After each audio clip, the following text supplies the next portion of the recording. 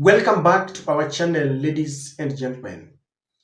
The Kenyan politicians are the most dishonest fellas I've ever seen, and they thrive in perpetuating hypocrisy depending on what they want to achieve.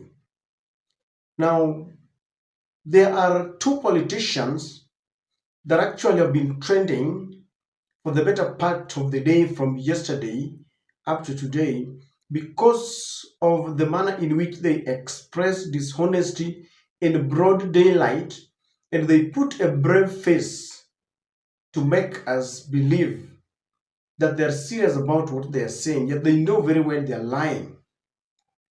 I want us to look at two scenarios here because you are going to judge for yourself whether these are the kind of people you want to be at the helm of our political and socioeconomic affairs.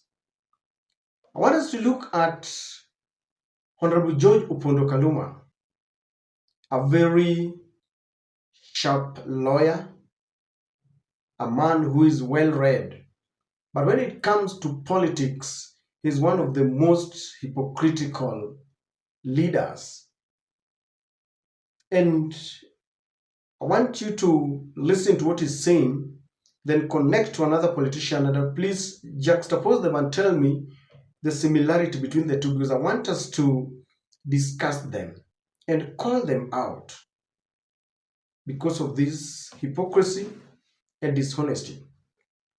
Now, if you go to Honorable George Opondo, Honorable George Peter Kaluma, and there's a commentary account in the X handle, there is something he said. He's saying that Matiang'i was the Minister for Security at this time. He presided over the killing of our people.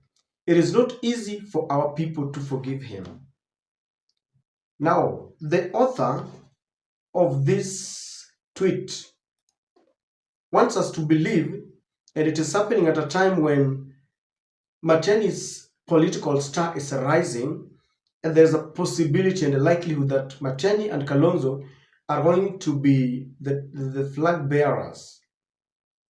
Either of them is going to be the flag bearer of the position and a running mate. So someone wants us to believe that now, because Matiang'i and his counterparts are about to liberate and emancipate this country, now he's being painted. And I want us to hold it there, because I want us to listen to another politician. Like I said, tell me the similarities between these two, because I want to show you something that I don't even think it is hidden. A very open blunder that they're doing. Please listen to this.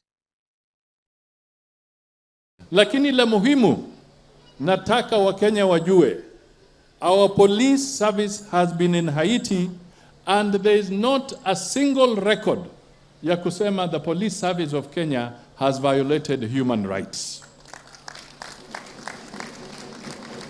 Hakuna hata moja. Kwa hivyo wamefanya kazi hiyo bila yale ambayo watu hupenda kusema kwamba hawa wanaongoza kwa kihimla na mambo ya kimabavu. They have maintained the standards. Kwa hivyo, so that is the Prime Cabinet Secretary, Mudavadi. I think is the new guy in town. He's new in Jerusalem. He wants us to believe that since our policemen went to Haiti and they were never found guilty of any human rights violation, so we need to give our policemen a clean bill of health. That is exactly what Mudavadi is telling us. And for those who have followed the politics of William Ruto and Mudavadi, whenever there is a bone of contention, Mudavadi would be sent to say something about it. This is the man who told us that had the Finance Bill 2024 been defeated in Parliament, then that would mean a vote of no confidence to William Samoei Ruto. This is the same man who told us that we have a very peaceful country. That in other countries there is war. He was trying to paint a picture that we have the best country and the best leaders, and therefore we should tolerate, even if it is the killing of our youths and all this corruption, we should tolerate it and accept it because Kenya is better than many other countries. Today, he's now telling us that our policemen are the best. Now, let me go back to Opondo Kaluma because I told you we want to talk about the hypocrisy and fallacy in our politicians. Ladies and gentlemen, the pictures that you see here are pictures of people who were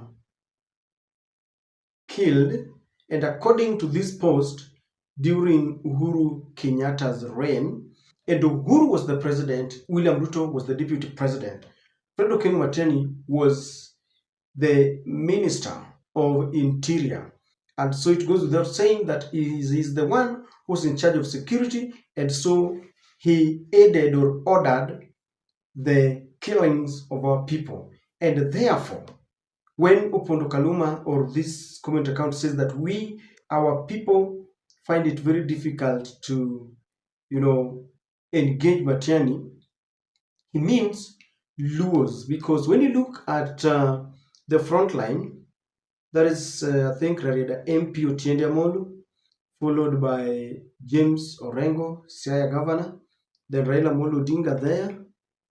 I failed to notice because of light, I can't notice. Then I think Amilo Gesagesa. Those are leaders, basically ODM leaders. But let me ask you, if we start from independence and we start looking at who killed who was suspected to have assassinated who, do you think we would have a country today? Let's just narrow it to the Luos who are being suspected to have died as a result of political assassination. If we begin with people like Mboya, all the way to Robert OOKO, and we look at every nitty-gritty, every details, every politician who was killed by who. Maybe other tribes look at their people like let's look at Pio Gama Pinto, JM Kariuko. If we would listen to every and scrutinize every detail, do you think we would have a country today? And when this person says that Matiang'i killed our people, who was the president then? He was Uhuru Kenyatta. And the commander-in-chief of all the armed forces at any one point is the president of a nation. And so we assume that for a security or interior minister to execute orders, those orders come from above, from the president himself. Now, with this knowledge that Fred Matiang'i was working for Uhuru Kenyatta, Raila Odinga still had a handshake with Uhuru Kenyatta. And he told us that they were doing this for the sake of peace, growth and development and tranquility of the nation. If they had this knowledge that it is Uhuru's regime that killed their people, then why did they go into a handshake? And they worked for a whole term. The only problem is that they expected that Uhuru would hand over power to them. To date, they still believe Uhuru aliwacheza. I feel it is a fallacy. Because if they knew very well this was the trend, they wouldn't have engaged Uhuru Kenyatta. But they did it for the sake of peace. This was the previous regime. But now, Raila Odinga is in another handshake with William Ruto, a man they had also complained that killed their people, removed their people from their houses, and the police assassinated their people. And I remember there was a lot of noise from Kisumu when they also attended another mass requiem mass of people who had been killed, and they were crying foul. Before we knew it, they got into another handshake. So if Opondo Kaluma is telling us that they find it difficult to engage Matiang'i, they got into a handshake, and now they find it very easy to engage William Ruto. In fact, they are saying turn of fresh, They are finding it very easy to engage Kithure Kindiki, and they are putting a brave face and they want us to believe them. Surely, is that not hypocrisy? These are the kind of politics that are very retrogressive, where you cherry pick what you want to say depending on what you want to achieve. Because in essence, we would simply, conclude that the reason why our people are killed and then politicians get into a handshake with them is for personal gains. When you listen to them talking, they tell you, we had an engagement with Uhuru Kenyatta, but he never gave us anything. And they are saying that Ruto has given us ministerial positions. So what are they telling us?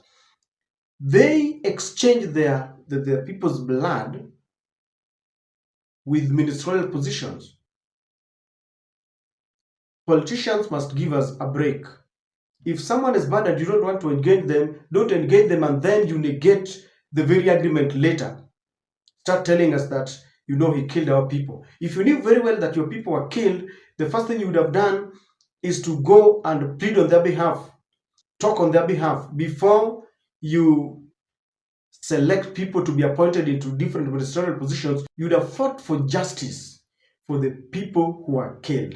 But in the absence of fighting for them, instead engaging to have your people in government, this is hypocrisy. Ladies and gentlemen, the only visitor in town is Musalia Mudavadi. And Musalia wants us to believe that the best thing that ever happened to us after Oxygen is the Kenya police. And is telling us that they are the best. Yet we know that at the same time, Ruto has formed a committee that is looking into compensation to people who fell victims of police brutality. Those who are dead, their parents are about to be compensated. Those who are injured.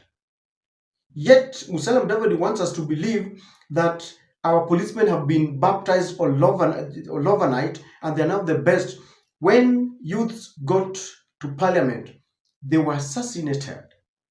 There is a documentary by BBC to corroborate the same. The ODM had taken Ruto to Hague. They wrote a letter complaining about the butcher, the manner in which demonstrators were being dealt with. But Musalia Mudavadi wants us to sanitize our policemen en masse. We have some good policemen within the police force. Some are just good. They understand that their work is to maintain law and order. But we have another clique that is so bad. Do you remember this policeman who was saying that niko na haki ya kukuua during the demonstrations? Was it on Sabasaba? Or this policeman who has been captured just throwing tear gas and bullets all over? And Mudavadi wants us to believe that, or rather to just forget, that our policemen killed innocent people. We still have cases in court. Policemen who killed Albert Ojwang. Albert Ojwang was taken from home in the presence of his father, and they promised him that he would be back. Instead, the father, who witnessed his son being taken away, was given back a dead body. Albert was no more. We've got that lady yule mtoto wa chief ambaye aliwawa pia in a police custody, in a police cell. Yet Mudavadi is telling us that our policemen are free. They have never been found guilty of any human rights violation when they were in Haiti. So if the Haiti people feel that the Kenyan police dealt with them, let them press them. But as a country, we cannot sanitize a police force that is busy butchering people that they should be protecting. This is the kind of hypocrisy and fallacy that I'm talking about. Both Musalia Mudavadi and Opondo Kaluma want to sanitize Ruto's government and to make us believe that everything is okay, which to me is not the best way to go. And I think they should be called out for this mannerism of trying to justify atrocities and injustices within the country. When it is good for them, it should be good for us by force.